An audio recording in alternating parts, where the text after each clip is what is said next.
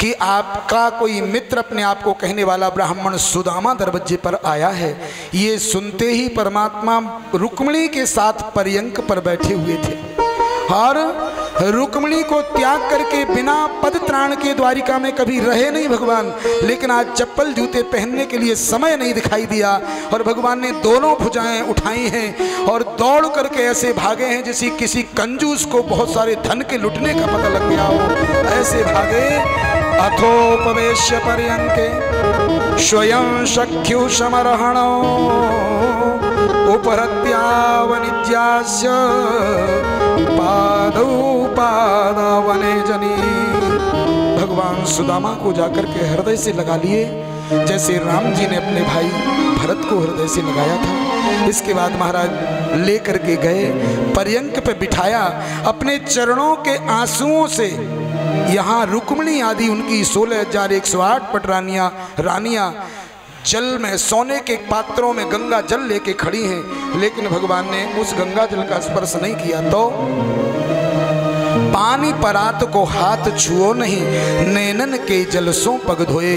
भगवान बोले इस गंगा में तो पहले मेरे चरण को ब्रह्मा ने धोया था, वो है गंगा। मैं अपने हृदय से नई गंगा और नई यमुना पैदा करके इस ब्राह्मण तपस्वी ब्राह्मण के चरणों को धोऊंगा।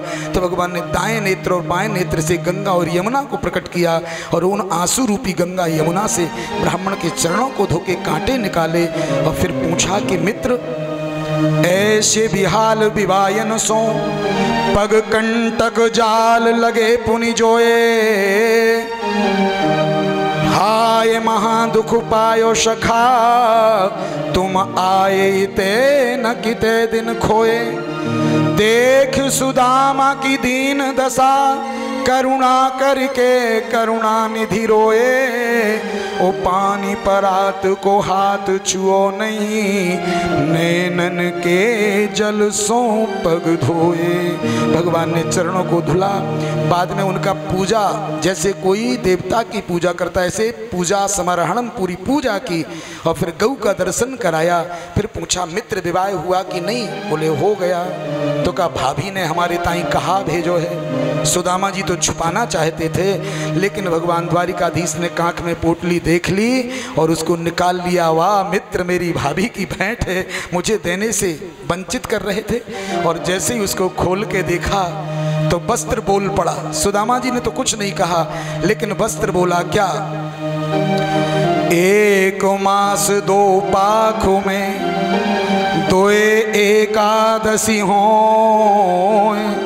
ओ मेरे तो नंदलाल जू नित्य एकादशी होए। भगवान ने उसी समय एक मुट्ठी चावल भरे और संकल्प किया क्या? होनी थी सो हो गई, ओ अब ना ऐसी होए। ओ भाभी तेरे भवन में नित्य द्वादशी होए। और एक मुट्ठी चावल को पा लिया। भगवान ने संकल्प कर दिया कि एक लोक में जितनी मेरी संपत्ति है वो पूरी ब्राह्मण सुदामा को मैंने दान कर दी। तो जैसे ही संकल्प किया कि सुदामा की जो पुरी थी महाराज, वो पूरी द्वारिका के समान दिव्य हो गई। घास फूस की कुटियां समाप्त हो गई। वहां सबके सब 3-3, 5-5 और 7-7 खन के भवन बन गए। सोने चांदी के कंगूरे कल से चढ़ गए, ध्वजा पताकाएं लहराने लगी। सुंदर सुंदर भवनों से युक्त सुदामापुरी हो गई। और इधर सुदामा जी को पता ही नहीं है। सुदामा जी 7 महीने तक अपने मित्र के घर में रह के खा पी के मोटे ताजे हो गए। एक दिन याद आई कि मेरी पत्नी मेरे वियोग में रोती होगी, क्या मिलता होगा खाने पीने को। तो एक दिन सुदामा जी चल दिए अपनी पत्नी की याद करके। तो कहा मित्र मैं जाना चाहता हूँ। बोले किसने रोका तुम्हें? जाओ। बोले एक बार भी नहीं कहा कि रुक जाओ। अरे बोले मित्र तुम्हारा और मेरा कोई भेद है क्या? तुम्हें जब तक रहना है रहो और जाना है तो जाओ। तो कहा मित्र मेरी वो फटी धोती तो लाओ जो मैं पहन के आया था। अरे मित्र तुमने राजसी वस्त्र पहन रखे, उसका क्या करोगे? मित्र यदि ये वस्त्र पहन के जाऊंगा तो लोग कहेंगे कि ये वस्त्र लेने आया था। नहीं, मैं कुछ ले नहीं जाना चाहता। देखो कितना त्यागी ब्राह्मण है। ऐसा ब्राह्मण का भाव हो, फिर वो धर्म में संलग्न हो तो भगवान कोई कमी नहीं छोड़ते। जैसे ही महाराज सुदामा जी वहाँ से गए और जाकर के उन्होंने सुदामापुरी में प्रवेश किया। और मार्ग में विचार करते जा रहे हैं। क्वा हम दरिद्रो पापियान क्वा कृष्ण श्री निकेतना, कहाँ तुम्हें दरिद्री पापी सुदामा और कहाँ लक्ष्मी के पति नारायण श्री कृष्ण, लेकिन मुझे ऐसे बाहुओं में भर लिया जैसे मैं उनका बड़ा भाई बलराम। धन्य है।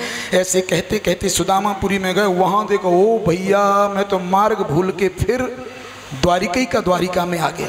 भैया ये कौन सी पुरी है? लोग बोले सुदामापुरी। सुदामापुरी तो सुदामापुरी तो मेरी है। फिर घास फूस की वो पर्णकुटियाँ, अरे बोले ये तो हमारे महाराज सुदामा जिस दिन से द्वारिका गए हैं उसी दिन से सब बदल गया। ऐसा तो सुदामा की गृहिणी, अब सुदामा जी भी मोटे ताजे होगा तो पहचान में नहीं आते, तो बोले सुदामा की गृहिणी कहाँ है? बोले जाओ वो 7 खन का भवन है ना, उसी में ऊपर होंगी, आवाज लगा के पूछो। सुदामा जी गए। अरे ओ सुशीला, झरोके से झांक के सुशीला ने देखा, आवाज तो पंडित जी की लगती है, लेकिन पंडित जी तो हड्डी पसली वाले थे, ये तो मोटे ताजे। देखा, अरे ये श्री कृष्ण की कृपा है, तो थाल सजा करके आई, और जैसे ही आई तो लिफ्ट भी लगी, लेकिन जीने से उतर के आ रही। तो महाराज जो दुबली पतली ब्राह्मणी आज जीने से उतर रही है तो जीना हिल रहा है। सुदामा जी बोले ये देवी सुशीला नहीं हो सकती। जैसे ही नीचे आई और घूंघट उठाया, सुदामा जी ने जैसे ही मुखड़ा देखा, अरे ओ सुशीला तेरे 2 चुटीला, कहाँ तो तुझे बांधने के लिए एक धागा नहीं मिलता था, आज तेरी ये अवस्था। ऐसे कह के सुशीला ने आरती उतारी, माला पहनाई, मीठा मुंह कराया, अंदर ले गई। और जब देखा सुदामा जी ने कि बेड पड़ा है, उस पर बैठे तो गद्दा जहाँ दिख रहा था वहीं की आशा करके बैठे, लेकिन जब बैठे तो आधे अंदर चले गए। ओ भैया पै फैन सैया, उसको देख करके अब तो सुदामा जी बोले ये सब काय के लिए? बोले ये तुम्हारे मित्र की कृपा है। बोले कृपा नहीं है तो ये भगवान ने अपने से दूर कर दिया। सुदामा कहने लगे कि अरे सुशीला, ये सुख में भजन होगा। जब भोजन नहीं मिलता था तो नींद नहीं आती थी, तो निरंतर भगवान का नाम लेते थे। ये संपत्ति मांग के तूने भगवान के भजन में बाधा कर दी। तुझे ये अच्छा लगता है, तू इसमें रह, मैं भगवान के नाम के बगैर नहीं रह सकता। इस सुख में कैसे भजन होगा? मैं तो जा रहा हूँ। सुदामा जी उठ के चल दिए। जैसे ही उठ के चले तो द्वारिकाधीश भगवान प्रकट हो गए और कहने लगे, 2 हाथों से सुदामा को पकड़ा और 2 हाथ जोड़ के बोले, सुदामा तुम जैसे भक्त अगर मेरे तिरस्कार को करके चले जाएंगे तो मेरी संपत्ति का आदर कौन करेगा? मित्र, ये सब मेरा उपहार तुम्हें है, वचन देता हूँ इस सुख में भी मैं तुमसे कभी दूर नहीं जाऊँगा, मुझे अपना लो। तो भगवान ने आश्वासन दिया और भगवान की आज्ञा से सुदामा जी फिर वहाँ रहे, निरंतर भगवान का भजन करते रहे, जीवन मंगलमय हो गया। आगे दत्तात्रेय आदि की कथाओं के माध्यम से बहुत ज्ञान दिया, जीव के बद्ध मुक्त स्थिति का वर्णन करके परीक्षित को समझाया। राजनम तू मरिष्यसि पशुबुद्धि मिमाम जही, राजन तुम मरोगे, इस पशुबुद्धि को त्याग दो। एक बार भगवान के बालक वन में खेलने गए, कुछ ब्राह्मण बैठे थे तो सांब को स्त्री बना करके उनके सामने ले गए। ऋषियों ने उन्हें श्राप दे दिया कि तुम बच्चे को बहू बना के लाए, उसके गर्भ से मूषल होगा जो तुम्हारे कुल का विनाशक होगा। उग्रसेन जी महाराज को ज्ञान हुआ तो उन्होंने उस मूषल को पिसा करके बहा दिया, ऐर का घास हो गई। बाद में यदुकुल को ब्राह्मणों का श्राप लग गया है। भगवान चाहते थे कि मेरे कुल की ज़्यादा वृद्धि हो गई, कभी यही पृथ्वी का भार बन जाएंगे, तो भगवान की इच्छा से ऐसा हुआ। भविष्य में भगवान एक दिन देखते हैं कि समय विपरीत हो रहा है, तो यादवों से कहा कि चलो सबके सब चल करके और ब्राह्मणों को कुछ दान पुण्य कराएं। तो यादवों ने दान पुण्य तो किया प्रभासक क्षेत्र में, लेकिन दान पुण्य के बाद मदिरा पान कर लिया, तो परस्पर गालियां देने लगे, हाथापाई होने लगी और युद्ध हो गया। उस युद्ध में यदुकुल का संहार हुआ। चतुपंचावशेषिता 5-7 ही शेष बचे। अब चतुपंचा माने 4 पंचे 20 या 4-5 या 5-4 9, ऐसी संख्या में यादवों की संख्या शेष रही। 56 करोड़ यादव थे, सब समाप्त हो गए। सुखदेव जी कहते हैं, परीक्षित, भगवान द्वारिकाधीश ने अपनी इच्छा से ये सब कराया। आज भगवान द्वारिकाधीश अर्जुन को संकेत करवाए उद्धव जी से कि 7वें दिन द्वारिका, 7 दिन के बाद 8वें दिन द्वारिका समुद्र में डूब जाएगी, इसलिए मेरी पत्नियों को लेकर अर्जुन चले जाएं। उद्धव को दिव्य ज्ञान दिया और श्री भगवान कृष्ण ने एक बहेलिए के बाण का आश्रय लेके अपने स्वरूप को अंतरित कर लिया। भगवान स्वधाम को गमन कर गए। बोलिए द्वारिकाधीश भगवान की। बलराम जी शेष में समाहित होकर के समुद्र में प्रवेश कर गए। अर्जुन भगवान की पत्नियों को लेके जा रहे थे। भगवान स्वयं भील बन के मार्ग में उनको छीन लिए और अर्जुन के बल को ये दर्शा दिया कि मेरा ही बल तुम में था। अर्जुन खाली हाथ लौट करके गए। पांडवों को बताया, पांडवों ने स्वर्गारोहण किया। ये कथा पहले आप सुन चुके हैं। इसके बाद श्री सुखदेव जी कहते हैं, परीक्षित पुनः भागवत की पुनरावृत्ति की है। राजा परीक्षित को सुनाया, राजन तुम मरोगे, ये पशु बुद्धि त्याग दो। ये पशुवत जीवों में ये भावना होती है। अब तुम्हें मौत की भी मौत आएगी जब तेरी मौत आएगी। राम मरे तो हम मरे, नहीं तो मरे बलाए। वो अविनाशी की गोद में मरे न मारा जाए। हम अविनाशी के अंश हैं। हमें अग्नि जला नहीं सकती, वायु सुखा नहीं सकती, जल गीला नहीं कर सकता, शस्त्र छेद नहीं सकते। हम नित्य शुद्ध बुद्ध हैं। ये अमर ज्ञान प्रदान किया। सुखदेव जी उठ के चले गए। राजा परीक्षित ने प्रणाम किया। सूत जी सौनक आदि स्त्रियों को कलयुग के दोषों का वर्णन करते हैं, भागवत की पुनरावृत्ति को सुनाते हैं। मांडव ऋषि को माया का दर्शन जो हुआ है उसकी चर्चा करते हैं। इसके साथ में ही कथा का विश्राम होता है।